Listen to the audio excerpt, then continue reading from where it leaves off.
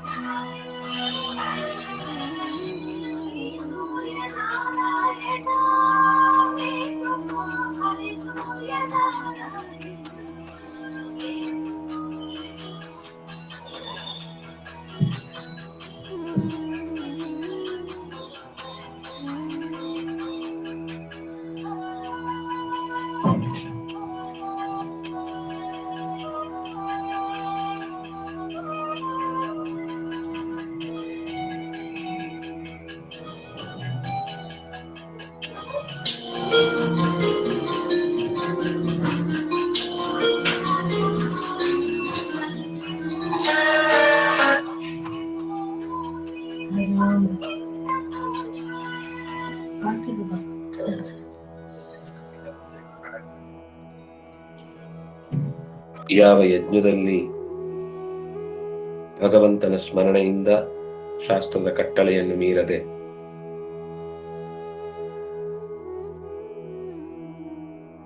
ಪ್ರತಿ ಫಲಾಪೇಕ್ಷೆ ಇಲ್ಲದೆ ಮಾಡಲೇಬೇಕು ಎನ್ನುವ ಕರ್ತವ್ಯದೊಂದಿಗೆ ಯಾರು ಕ್ರಿಯೆಯನ್ನು ನಡೆಸ್ತಾನೋ ಆ ಯಜ್ಞ ಅನ್ನೋದು ಸಾತ್ವಿಕವೆನಿಸುತ್ತೆ ಅಂತ ಹೇಳಿದ್ರು. ಆದ್ರೆ ಎಲ್ಲಿ ಫಲದ ನಿರೀಕ್ಷೆ ಇಟ್ಟುಕೊಂಡು ನಿಜವಾದ ಉದ್ದೇಶ ಏನಿದೆಯೋ ಅದನ್ನು ಮರೆಮಾಚಿ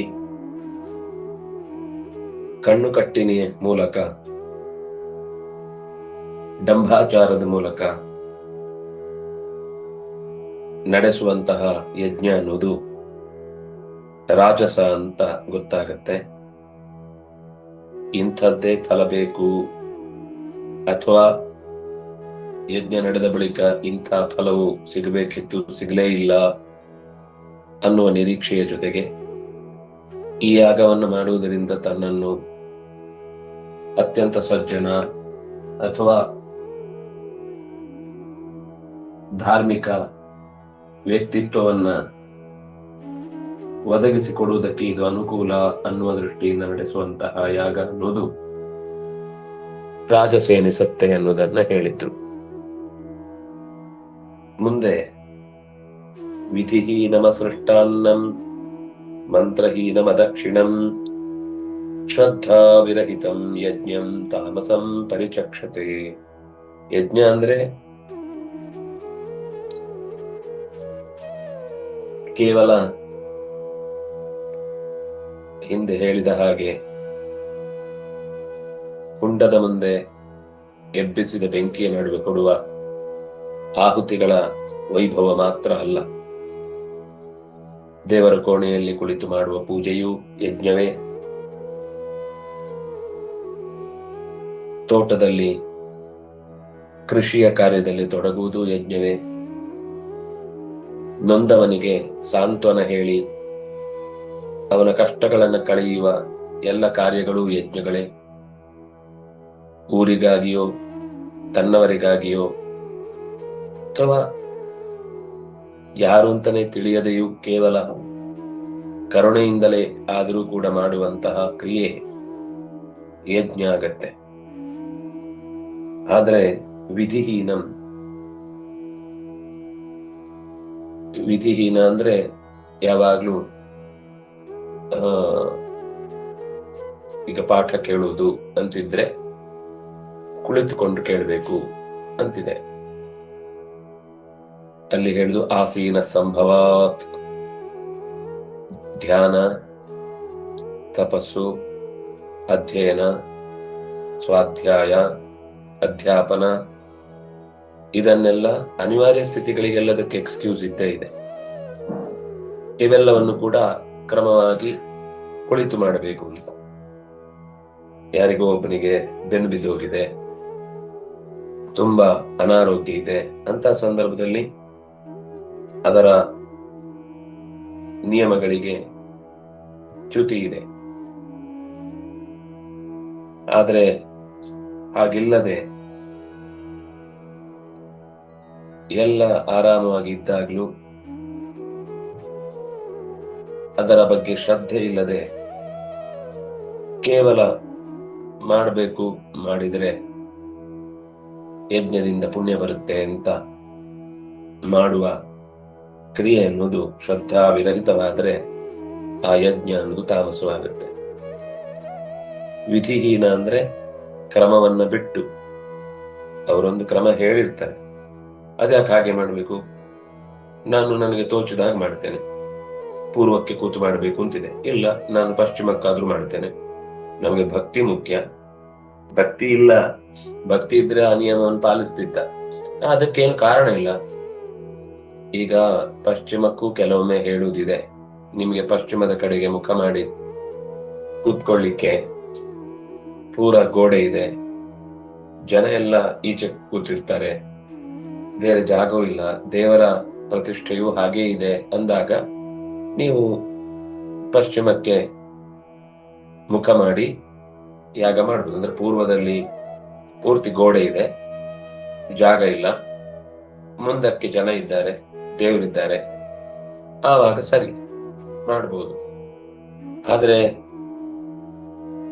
ಜನಕ್ಕೋಸ್ಕರ ದಕ್ಷಿಣಕ್ಕೆ ಕೂತು ಮಾಡ್ತೇನೆ ಅಂದ್ರೆ ಮಾಡಬಾರದು ಅಂತಿದೆ. ವಿಧಿಹೀನ. ಅಸೃಷ್ಟಾನ್ನಂ, ಯಜ್ಞದಲ್ಲಿ ಅಥವಾ ಮನೆ ಅಂತ ಆದಾಗ ಅದು ಎಷ್ಟು ಮನೆಗೆ, ಎಷ್ಟು ಹೊಟ್ಟೆಗೆ ಅನ್ನ ಕೊಡುತ್ತೋ ಅಷ್ಟು ಆ ಮನೆಯಲ್ಲಿ ಮಾಡುವ ನಿತ್ಯದ ಜಪ, ನಿತ್ಯದ ಪೂಜೆ, ನಿತ್ಯದ ಅನುಷ್ಠಾನ ಅಥವಾ ಯಾವುದೇ ಕಾರ್ಯಭಾರಕ್ಕೆ ಅರ್ಥ ಬರುತ್ತೆ. ಈಗ ದೇವಸ್ಥಾನಗಳಲ್ಲಿ ಅನ್ನದಾನದ ಮುಖ್ಯ ಉದ್ದೇಶ ಏನು ಅಂದ್ರೆ ಅದು ಸಮಾಜಕ್ಕೆ ಉಪಕಾರ ಮಾಡುವ ದೃಷ್ಟಿಯಿಂದಲೇ ಇರಬೇಕು ಅಂತಿರುವುದು. ಶಾಸ್ತ್ರದಲ್ಲಿ ಎಲ್ಲಿಯೂ ಕೂಡ ಇಂಥವರನ್ನ ಬರಕೊಡ ಕೂಡದು, ಇಂಥವ್ರು ಮಾತ್ರ ಬರಬೇಕು ಎಲ್ಲೂ ಇಲ್ಲ. ದೇವರ ದರ್ಶನಕ್ಕೆ ಎಲ್ಲರೂ ಅರ್ಹರೇ. ಆದ್ರೆ ಒಳಗೆ ವ್ಯವಸ್ಥೆ ಮೊದಲೇ ಕಟ್ಟುಪಾಡಾಗಿದ್ರೆ ಎಲ್ಲರೂ ಮಾಡ್ತಾರೆ. ಹೀಗೆ ದೇಶದಲ್ಲಿ ಬಹುಶಃ ನಾವು ಇವತ್ತೇನ್ ಕಲ್ಪಿಸಿಕೊಂಡಿದ್ದೇವೆ ಅದಕ್ಕಿಂತ ವಿಪರೀತವಾಗಿದೆ. ಆದ್ರೆ ನಮ್ಗೆ ಸಿಕ್ಕಿದ ಚಿತ್ರಣ ಮಾತ್ರ ಊರೂರು ತಿರುಗಿದ್ರೆ ಗೊತ್ತಾಗುತ್ತೆ. ನಾವು ಪುಸ್ತಕ ಓದಿ, ಯಾವುದೋ ವಿಡಿಯೋ ನೋಡಿ ಅಥವಾ ಇನ್ನೇನೋ ಅವ್ಯವಸ್ಥೆಯಿಂದ ನಾವು ಓದ್ತೇವೆ, ನೋಡ್ತೇವೆ, ಅದರಿಂದಾಗಿ ಅದರ ನಿಜವಾದ ಸ್ವರೂಪ ಏನು ಅಂತ ನಮಗೆ ತಿಳಿದಿಲ್ಲ. ಆದ್ರಿಂದಾಗಿ ಎಷ್ಟೋ ಕಡೆಗಳಲ್ಲಿ ಎಲ್ಲ ವರ್ಗದವರು ಕೂಡ ಪೂಜೆ ಮಾಡುವಂತಹ, ನಾನು ಹೇಳ್ತಾ ಇರೋದು ನಾವು ಅನ್ಕೊಂಡದಕ್ಕಿಂತ ಪರ್ಸೆಂಟೇಜ್ ವೈಸು ಕೂಡ ಜಾಸ್ತಿ ಇದೆ. ನಮ್ಗೆ ಯಾವುದು ಪ್ರಸಿದ್ಧ ಅಂತ ಕಾಣುತ್ತೋ ಅಂತ ಕೆಲವು ಕಡೆ ನಮ್ಗೆ ಗೊತ್ತಿರುವ ಜಾಗಗಳಲ್ಲಿ ಅಂತಹದ್ದು ವಿಶೇಷತೆ ಇದೆ. ಬಿಟ್ರೆ ಯಾಕದು ಹಾಗೆ ಅನ್ನೋದಕ್ಕೆ ಮತ್ತೆ ಅದಕ್ಕೂ ಕಾರಣ ಇದ್ದೇ ಇರುತ್ತೆ, ಇಲ್ಲ ಅಂತಿಲ್ಲ. ಆದ್ರೆ ಇದ್ದ ಜಾಗದಲ್ಲೆಲ್ಲ ಕರೆಕ್ಟ್ ನಡೀತಾ ಇದೆ ಅಂತನೂ ಅಲ್ಲ. ಆದ್ರೆ ಎಲ್ಲಾ ಒಂದು ಪರಂಪರಾಗತವಾಗಿ ಎಲ್ಲಾ ಮನೆತನದವರು ತಮಗೆ ಬೇಕಾದ ಪೂಜೆ ಪುರಸ್ಕಾರಗಳನ್ನು ಮಾಡ್ಕೊಂಡು ಬರ್ತಾ ಇರ್ತಾರೆ. ಅದು ವಿಧಿಹೀನವಾದ ಸಂದರ್ಭ ಇದ್ರೆ ಅದರಲ್ಲಿ ನಾವು ವಿಶೇಷವಾದ ಬೆಳವಣಿಗೆಯನ್ನು ನೋಡುವುದಿಲ್ಲ. ದೇವಸ್ಥಾನಗಳಲ್ಲಿ ಮುಖ್ಯವಾಗಿ ಅನ್ನದಾನದ ಉದ್ದೇಶವೇ ಆ ದೇವರ ಪ್ರತಿಷ್ಠೆಗೆ ಬಲ ಬರಬೇಕು ಅಂತ. ಆದ್ರೆ ಯಾವ ಪರಿಸರದಲ್ಲಿ ಅಥವಾ ಮನೆಯಲ್ಲಿ ಅಥವಾ ದೇವಸ್ಥಾನದಲ್ಲಿ ಅಸೃಷ್ಟಾನ್ನಂ, ಅನ್ನದಾನ ನಡೆಯುವುದಿಲ್ವೋ ಆ ಮನೆ ಬಹಳ ಬೇಗ ಬಿದ್ದು ಹೋಗುತ್ತೆ, ಆ ದೇವಸ್ಥಾನ ಬಹಳ ಬೇಗ ಮುಳುಗಿ ಹೋಗುತ್ತೆ. ಇದನ್ನಿಟ್ಟುಕೊಂಡು ಬೇಕಿದ್ರೆ ನೀವು ದೇವಸ್ಥಾನಗಳ ಅಳಿವು ಉಳಿವುಗಳ ಬಗ್ಗೆ ಯೋಚಿಸಿ. ಯಾವ ದೇವಸ್ಥಾನದಲ್ಲಿ ಅನ್ನದಾನವೇ ನಡೆಯಲ್ವೋ ಆ ದೇವಸ್ಥಾನದಲ್ಲಿ ನಾವ್ ಅನ್ಕೊಳ್ಳೋದೇನಂದ್ರೆ ಊಟಕ್ಕೋಸ್ಕರ ಜನ ಹೋಗ್ತಾರೆ ಅಂತ, ಅಥವಾ ಊಟ ಕೊಡುವುದರಿಂದಾಗಿ ದೇವಸ್ಥಾನಕ್ಕೆ ಜನ ಬರ್ತಾರೆ ಅಂತ.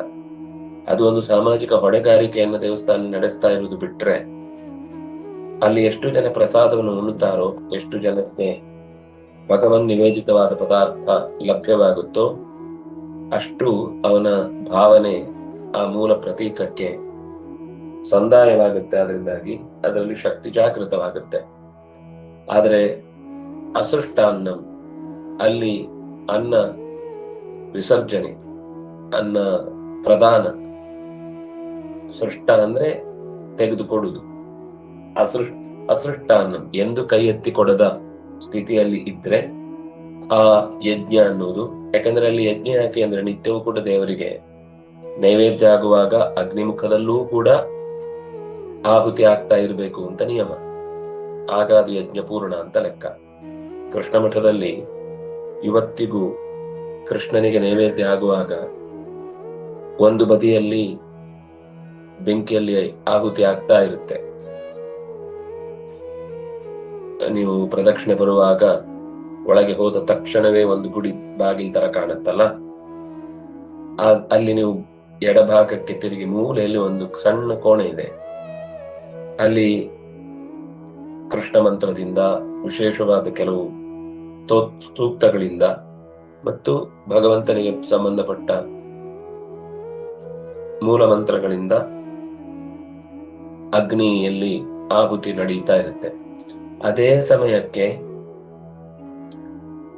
ಮಿಷ್ಟಾನ್ನದಲ್ಲಿ ವೇದಜ್ಞರಾಗಿ ಯಾರು ನಿತ್ಯ ಅಲ್ಲಿ ಪಾರಾಯಣವೋ ಕೈಂಕರ್ಯ, ಮುಖ್ಯ ಕೈಂಕರ್ಯವನ್ನು ಯಾರು ಮಾಡ್ತಿರ್ತಾರೋ ಅಂತ ಕೆಲವು ಮಂದಿಗಾದ್ರು, 100 ಜನಕ್ಕೆ ಮಾಡ್ಲಿಕ್ಕೆ ಆಗುದಿಲ್ಲ, ಯಾಕಂದ್ರೆ ಎಲ್ಲರನ್ನು ಕರೆಸಿ ಕೂಡಿಸುವುದಾಗುದಿಲ್ಲ. ಸಂಸ್ಕೃತ ಅಭ್ಯಾಸ ಮಾಡ್ತಾ ಇರುವಂತ ಸಜ್ಜನರು ಯಾರಾದ್ರೂ ಇದ್ರೆ, ಶಾಸ್ತ್ರ ಅಧ್ಯಯನ ಪುರಸ್ಸರವಾಗಿ ಮಾಡ್ತಾ ಇದ್ರೆ, ಅಲ್ಲಿ ಅವರ ಅಂದ್ರೆ ಕೃಷ್ಣನಿಗೆ ನೈವೇದ್ಯ ಆಗುವಾಗ ಅಗ್ನಿಹೋತ್ರವೂ ನಡೀಬೇಕು, ಪ್ರಾಣಾಗ್ನಿಹೋತ್ರವೂ ನಡೀಬೇಕು.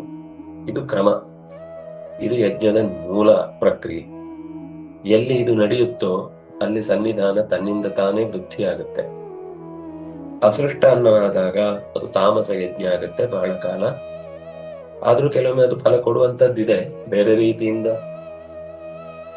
ಅಂದ್ರೆ ಕೊಡುವ ಪದಾರ್ಥವನ್ನ ಕ್ರೂರವಾದ ದೃಷ್ಟಿಯಿಂದ, ಕ್ರೂರವಾದ ಭಾವದಿಂದ ಅರ್ಪಿಸುವುದು ಅಂತಾದಾಗ ಅದು ಕೂಡ ತಾಮಸ ಅಂತಾಗುತ್ತೆ.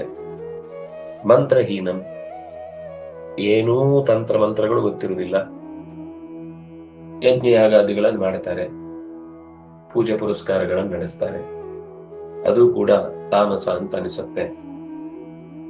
ತಪ್ಪಾಗಿ ಮಂತ್ರ ಹೇಳುವುದಕ್ಕೂ ಮಂತ್ರಹೀನ ಅಂತಾನೆ ಹೇಳುದು, ಮಂತ್ರ ಹೇಳದೆ ಏನೇನೋ ಹೇಳುವುದಕ್ಕೂ ಮಂತ್ರಹೀನ ಅಂತಾನೆ ಹೇಳುದು. ಅದಕ್ಷಿಣಂ, ತಟ್ಟೆ ಕಾಸು ಅನ್ನೋದು ಪುರೋಹಿತರಿಗೆ, ಹುಂಡಿ ಕಾಸು ಅನ್ನೋದು ದೇವರಿಗೆ ಅನ್ನುವ ಒಂದು ಕೆಟ್ಟ ಸ್ಲೋಗನ್ ಹಾಕಿ ಅವರನ್ನ ಕಳ್ಳರ ಹಾಗೆ ಜನರ ದೃಷ್ಟಿಯಿಂದ, ಯಾರೋ ಒಬ್ರಿಬ್ರು ಹಾಗೆ ಮಾಡಿರ್ಬೋದು, ಅವ್ರಿಗೆ ಬೇರೆ ದಾರಿ ಇಲ್ಲದೆ ಇದ್ದಾಗ ಅವ್ರು ಏನ್ ಮಾಡ್ತಾರೆ? ಆದ್ರೆ ಅದನ್ನೇ ಒಂದು ಜೀವನದ ದಂಧೆ ಆಗಿ ಬೇಕಾದಷ್ಟು ಇದ್ದಾಗ್ಲೂ ಮಾಡ್ತಾ ಇದ್ದಾರೆ ಅಂದ್ರೆ ಅದು ತಪ್ಪು. ಆದ್ರೆ ಹೊಟ್ಟೆಪಾಡ ಅಷ್ಟೇ ಅವ್ರದ್ದು ಅದರಿಂದ ಲಭ್ಯವಾಗ್ತಾ ಇರುವುದು ಅಂತ ನಿಮಗೆ ಗಮನಕ್ಕೆ ಬಂದ್ರೆ ಅದನ್ನು ದೊಡ್ಡ ಅಪರಾಧ ಅಂತ ನಾವು ಪರಿಗಣಿಸಬಾರ್ದು. ಅವ್ರಿಗೆ ಅದರಿಂದ ದಿನ ಕಳೀತಾ ಇದೆ, ಅವರ ಹೊಟ್ಟೆ ತುಂಬ್ತಾ ಇದೆ ಅಷ್ಟೇ. ಅಂದ್ರೆ ಅವರಿಗೆ ಅದೇ ವೃತ್ತಿ ಆದ್ರಿಂದ ಆ ಬದುಕಿನ ಮುಖ್ಯ ಜವಾಬ್ದಾರಿ ಅವರಿಗೆ ಬಂದವರನ್ನ ಹರಸು, ಒಳ್ಳೆ ಮಾತುಗಳನ್ನ ಆಡ್ಬೇಕು ಅಂತ ಇರುವುದು. ಅದನ್ನ ಮಾಡದೇ ಇದ್ರೆ ಅದರ ದೋಷ ಅವರು ಉಣ್ತಾರೆ. ಆದ್ರೆ ಕೋಟಿಗಟ್ಟಲೆ ನುಂಗುವಂತಹ ನುಂಗಣ್ಣಗಳನ್ನ ಎಂದೂ ನಾವು ಕೈ ಬೊಟ್ಟು ಮಾಡಿ ತೋರಿಸದೆ, ಕೇವಲ ಒಂದು 5 ರೂಪಾಯೋ 10 ರೂಪಾಯೋ ಅದರ ಆಸೆಗೆ ಅವರು ಮಾಡುವಂತಹ ವೃತ್ತಿ ಜೀವನವನ್ನೇ ನಾವು ನಿರಾಕರಿಸ್ತೇವೆ ಅಂತಂದ್ರೆ ಅದು ಯಜ್ಞದ ಸ್ವರೂಪ ಆಗುದಿಲ್ಲ. ಅದಕ್ಷಿಣಂ, ಅದು ತಾಮಸ ಅಂತ ಅನಿಸುತ್ತೆ. ನಾವು ಎಚ್ಚರಿಸಬಹುದು, ತಪ್ಪನ್ನ ತಿದ್ಲಿಕ್ಕಾಗುವಂತದ್ದಾದ್ರಿಂದ ಅದನ್ನ ವಿವರಿಸಬಹುದು.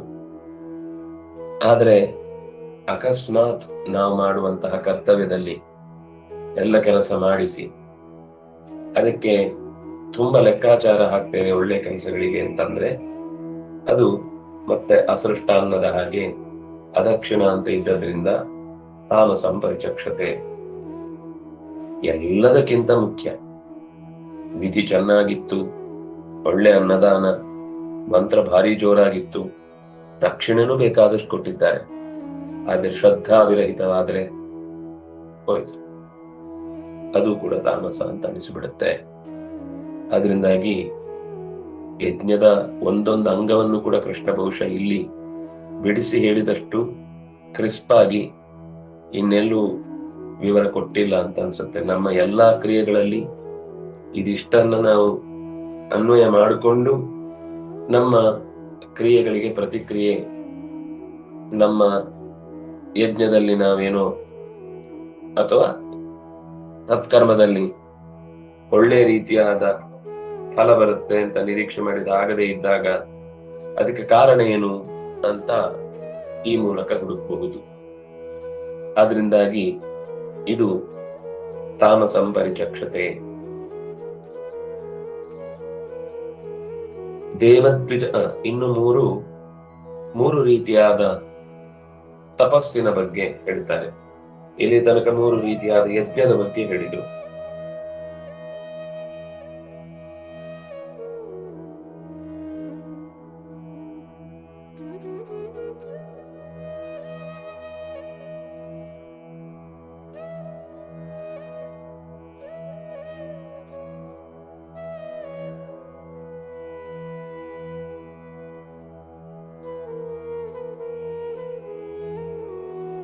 ಇಲ್ಲಿ ಆಚಾರ್ಯರೇನಾದ್ರೂ ಹೇಳಿದಾರ ಅಂತಂದ್ರೆ ಪ್ರಧಾನವಾಗಿ ಇಷ್ಟು ವಿಷಯ.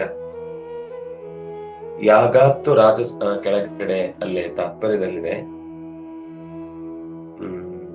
11ನೇ ಅಂದ್ರೆ 17ನೇ ಶ್ಲೋಕದ ಕೆಳಗಡೆ ಯಾಗಾತ್ತು ರಾಜಸಾತ್ ಸ್ವರ್ಗ ಸಾಂಕಲ್ಪಿಕ ಉದಾಹೃತಃ ಲೋಕಸ್ಸ ದೀನದೇವಾನಾಂ ಸನ್ನಾಂನಾಂ ವಾಸವಾದಿಭಿಃ ವಿಷ್ಣಾವಶ್ರದ್ಧಯಾ ಯೋಗ್ಯ ಕಾಮಾಚ್ಚೈಷಾಂ ಪುನರ್ಭವೇತ್ ನರಕಂಚ ವಿನಾ ಯಜ್ಞಂ ರಾಜಸಂ ನರಲೋಕಗಾಃ ನಿಷಿದ್ಧಂ ಕರ್ಮ ಕುರ್ಯುಶ್ಚೇತ್ ಈಯುಸ್ತೆ ನರಕಂ ಧ್ರುವಂ ಕದಾಚಿತ್ ಸಾತ್ವಿಕಾ ಕುರ್ಯುಃ ಕರ್ಮ ರಾಜಸ ತಾಮಸಂ ಅನ್ಯೇನ್ಯಚ್ಚ ತಥಾಪ್ಯೇಷಾಂ ತಿತಿಸ್ವಾಭಾವಿಕೀ ಪುನಃ ತ್ವಂ ಸ್ವಂ ಕರ್ಮ ತು ಸರ್ವೇಷಾಂ ಸದೈವ ಸ್ಯಾನ್ ಮಹತ್ಫಲಂ ಅನ್ಯದಲ್ಪ ಫಲಂ ಚೈವ ಬಾಹುಲ್ಯಂ ತೇಷು ಲಕ್ಷಣಂ ಇತಿ ಪಾದ್ಮೆ. ಇದು ಪದ್ಮಪುರಾಣದ ಮಾತು. ಯಾಗಾತ್ತು ರಾಜಸಾತ್, ಯಾಗ ಫಲದ ಉದ್ದೇಶದಿಂದಲೇನೆ ಬಹಳ ಶ್ರದ್ಧೆಯಿಂದ ಕರ್ಮ ಮಾಡ್ತಾನೆ. ಆಗ ಅದು ಸಂಕಲ್ಪ ಸ್ವರ್ಗದಿದ್ದರಿಂದ ಫಲ ಸಿಗುತ್ತೆ. ಸಾಂಕಲ್ಪಿಕ ಅಂದ್ರೆ ಅವನು ಮಾಡಿದ ಯಜ್ಞದಲ್ಲಿ ವಿಧಿ ಎಲ್ಲ ಕರೆಕ್ಟ್ ಇದೆ, ಆದ್ರೆ ಬಯಕೆಯ ಹಿನ್ನೆಲೆಯಲ್ಲೇ ಮಾಡಿರ್ತಾನೆ. ಅದು ಅವನಿಗೆ ಸ್ವರ್ಗವನ್ನು ಕೊಡುತ್ತೆ. ಲೋಕಸ್ಸ ದೀನ ದೇವಾನಾಂ ಸನ್ನಾಂನಾಂ ವಾಸವಾದಿಭಿಃ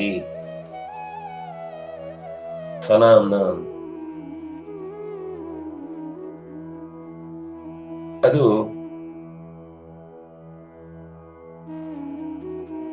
ಅವನು ದೀನದೇವಾನಾಂ ಲೋಕಃ, ಉನ್ನತವಾದ ಸುಖ ಭೋಗಗಳಿರುವ ಅದೇ ಹೆಸರಿನ ಬ್ರಾಂಡೆಡ್ ನೇಮ್ಗಳಿದ್ದಾಗ ಅದನ್ನೇ ಕಾಪಿ ಮಾಡಿದ ಕಂಪನಿಗಳಿರ್ತಾವಲ್ಲ, ಅಂತ ಸುಖ ಅವನಿಗೆ ಸಿಗುತ್ತೆ. ದೀನದೇವಾನಾಂ ಸನಾಂನಾಂ ವಾಸವಾದಿಭಿಃ ಸನಾಂನಾಂ, ಇಂದ್ರನ ಲೋಕ ಸಿಗುತ್ತೆ ಅಂದ್ರೆ ಅವನಿಗೆ ನೇರ ಇಂದ್ರನ ಲೋಕ ಸಿಗುವುದಿಲ್ಲ.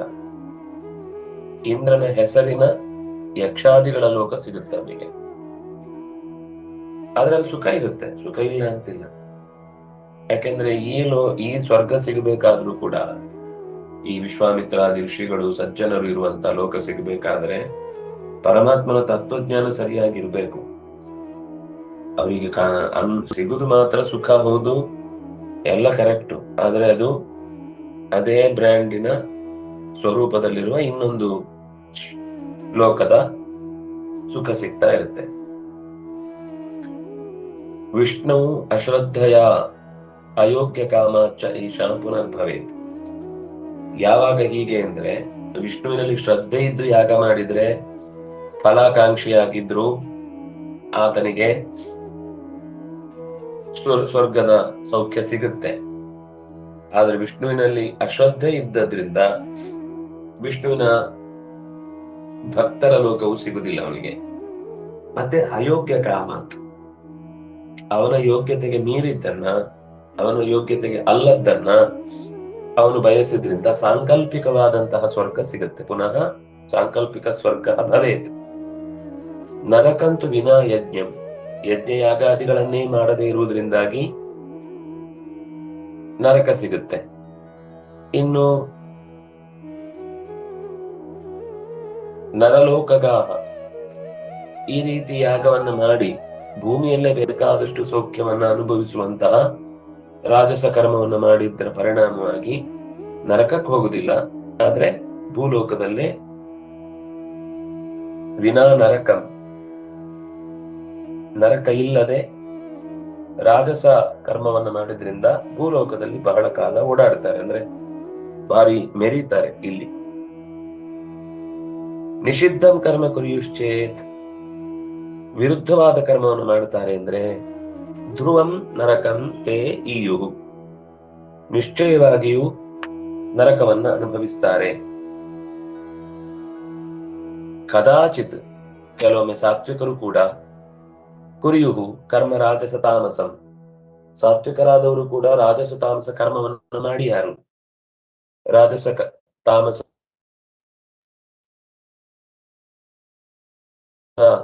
ಪ್ರಭಾವ. ಆದ್ರೆ ರಾಜಸರು ಸಾತ್ವಿಕ ಮಾಡಬಹುದು, ತಾಮಸರು ಸಾತ್ವಿಕ ಕರ್ಮ ಮಾಡಬಹುದು. ಏನ್ ಮಾಡಿದ್ರು ಕೂಡ ಯೇಷಾಂ ಸ್ಥಿತಿ, ಅವರ ಸ್ಥಿತಿ ಕೊನೆಗೆ ಅದು ಸ್ಥಿರವಾದದ್ದು ಉಳಿಯುವುದು ಯಾವುದು ಅಂದ್ರೆ ಸ್ವಾಭಾವಿಕಿ ಪುನಃ. ಯಾವುದು ಸಾತ್ವಿಕವಾದ ವ್ಯಕ್ತಿತ್ವವೋ ಅದೇ ಅವನಿಗೆ ಕೊನೆಗೆ ಲಭ್ಯವಾಗುವುದು. ಆದ್ರೆ ಅವನು ಸಾತ್ವಿಕನಾದವನು ಸಾತ್ವಿಕ ಕರ್ಮ ಮಾಡಿದ್ರೆ ಸ್ವಂ ಕರ್ಮತು ಸರ್ವೇಶಾಂ ಸದೈವ ಸ್ಯಾನ್ ಮಹತ್ ಫಲಂ.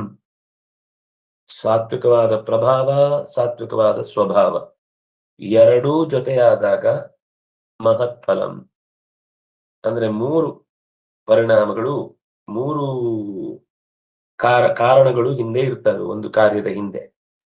ಒಂದು ಎನ್ವೈರ್ಮೆಂಟಲ್ ಫೋರ್ಸ್, ಇನ್ನೊಂದು ಜೆನೆಟಿಕಲ್ ಫೋರ್ಸ್, ಮೂರನೇದ್ದು ಸಹಜವಾದ ಸ್ವಭಾವ, ಏನ್ ಹೇಳ್ತಾರೆ ಮೂಲ ಧರ್ಮ. ಇದೆಲ್ಲವೂ ಒಂದಕ್ಕೊಂದು ಹೊಂದಾಣಿಕೆ ಆದಾಗ ಮಹತ್ ಫಲಂ, ಅನ್ಯತ್ ಅಲ್ಪ ಫಲಂ. ಅದರಲ್ಲಿ ಯಾವುದೇ ಉಳಿಯುವುದು ಕೊನೆಗೆ ಸಾತ್ವಿಕವೇ ಆದ್ರೂ ಅಥವಾ ಸ್ವಾಭಾವಿಕವೇ ಆದ್ರೂ ಕೂಡ ಅದರಲ್ಲಿ ಎರಡು ಬೇರೆ ಇದೆ. ಒಂದು ಮಾತ್ರ ಈಗ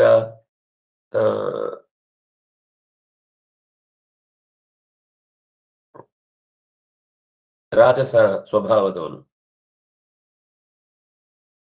ಆದ್ರೆ ಕರ್ಮ ಸಾತ್ವಿಕವಾಯಿತು, ನನಗೆ ಪ್ರಭಾವವು ಸಾತ್ವಿಕವಿತ್ತು. ಆಗ ರಾಜಸ ಸ್ವಭಾವವು ಕೂಡ ಸ್ವಲ್ಪ ಹೊತ್ತು ಮರೆಯಾಗಿರುತ್ತೆ, ಅಲ್ಪ ಫಲವೇ ಸಿಗುತ್ತೆ ಅವನಿಗೆ, ಪೂರ್ಣ ಫಲ ಸಿಗಲ್ಲ. ತಾಮಸ ಇದ್ದ, ರಾಜಸ ಪ್ರವೃತ್ತಿಯನ್ನು ಮಾಡಿದ, ನರಕಕ್ಕೆ ಹೋಗಲ್ಲ ಅವನು, ಸ್ವರ್ಗಕ್ಕೆ ಹೋಗ್ತಾನೆ. ಸಾತ್ವಿಕ ಇರ್ತಾನೆ ಸ್ವಭಾವತಃ, ಉಳಿದ ಎರಡು ರಾಜಸೋ ತಾಮಸೋ ಎಲ್ಲ ಮಿಕ್ಸ್ ಆಗಿರುತ್ತೆ. ಅಂತ ಸಂದರ್ಭದಲ್ಲಿ ಅವನು ಕೂಡ ನರಕಕ್ಕೆ ಹೋಗಿ ಬರ್ತಾನೆ, ತಪ್ಪು ಮಾಡಿದ ಪರಿಣಾಮವಾಗಿ. ಮತ್ತೆ ಬರ್ತಾನೆ, ಮತ್ತೆ ಮೊದಲಿನಂತೆ ಗಟ್ಟಿ ಆಗ್ತಾನೆ. ಯಾವ್ದು ಅದಕ್ಕೆ ಅಲ್ಲಿ ಶಬ್ದ ಬಳಸಿದ್ದು ಅನ್ಯ ಫಲಂ ಚೈವ ಬಾಹುಲ್ಯಂ ತೇಷು ಲಕ್ಷಣಂ. ಯಾವುದು ಬಾಹುಲ್ಯವೋ, ಯಾವುದು ಹೆಚ್ಚೋ, ಅವನಿಗೆ ಎನ್ವೈರ್ಮೆಂಟಲ್ ಫೋರ್ಸೇ ಹೆಚ್ಚಾಗಿದ್ರೆ, ಜೆನೆಟಿಕಲ್ ಫೋರ್ಸೇ ಹೆಚ್ಚಾಗಿದ್ರೆ, ಸಾತ್ವಿಕ ಸ್ವಭಾವವು ಕೂಡ ಆಗ ಸ್ವಲ್ಪ ಹೊತ್ತು ಕೆಲಸ ಮಾಡಲ್ಲ, ಅನ್ಯ ಫಲವನ್ನು ಕೊಡುತ್ತೆ. ಆದ್ರೆ ಅದು ಶಾಶ್ವತ ಅಲ್ಲ, ತಾತ್ಕಾಲಿಕ. ರಾಜಸ ಇದ್ದಾನೆ, ತುಂಬಾ ಸಾತ್ವಿಕವಾದ ಪ್ರಭಾವ ಪರಿಣಾಮಗಳು ಕಾಣಿಸ್ತವೆ. ಆಗ ಅವನಿಗೆ ಹಿಂದೆ ಹೇಳಿದ್ರು, ಸ್ವತಃ ರಾಜಸನಾದದ್ರಿಂದ ವಿಷ್ಣುವಿನಲ್ಲಿ ಅಭಕ್ತಿಯೇ ಒಳಗಿನಿಂದ ಇರುವುದಾದ್ರಿಂದ ಅವನು ಕನ್ಫ್ಯೂಷನ್ ಅಲ್ಲೇ ಮಾಡ್ತಾನೆ. ಸ್ವಭಾವಕ್ಕೆ ಪೂರ್ತಿ 100% ವಿರುದ್ಧವಾಗಿ ನಡ್ಕೊಳ್ಳಿಕ್ಕಾಗಲ್ಲ. ರಾಜಸನಾಗಿ ಪೂರ್ಣ ಸಾತ್ವಿಕನ ಕರ್ತವ್ಯವನ್ನ ಮಾಡುವುದು ಒಳಗಿನಿಂದ ಡೌಟ್ ಆದ್ರೂ ಇರುತ್ತೆ ಅವನಿಗೆ. ಆ ಶ್ರದ್ಧೆ ಅನ್ನೋದು ಎಲ್ಲೋ ಒಂದ್ ಕಡೆ ಕಾಡಿಯೇ ಕಾಡುತ್ತೆ ಅಂತ ಇಷ್ಟು ಪದ್ಮಪುರಾಣದಲ್ಲಿ ಬಂದ ಮಾತು. ಮುಂದೆ ಮಾನಸ ವಾಚಿಕ ಕಾಯಿಕ ಅನ್ನುವ ತಪೋ ವೈವಿಧ್ಯವನ್ನ ನಿರೂಪಣೆ ಮಾಡ್ತಾರೆ. ನಾಳೆ ಮತ್ತೆ ಅನುಸಂಧಾನ ಮಾಡೋಣ. ಶ್ರೀ ಹರಿಪ್ರಿಯತಾಂ ಕೃಷ್ಣ ಅರ್ಪಣಮಸ್ತು.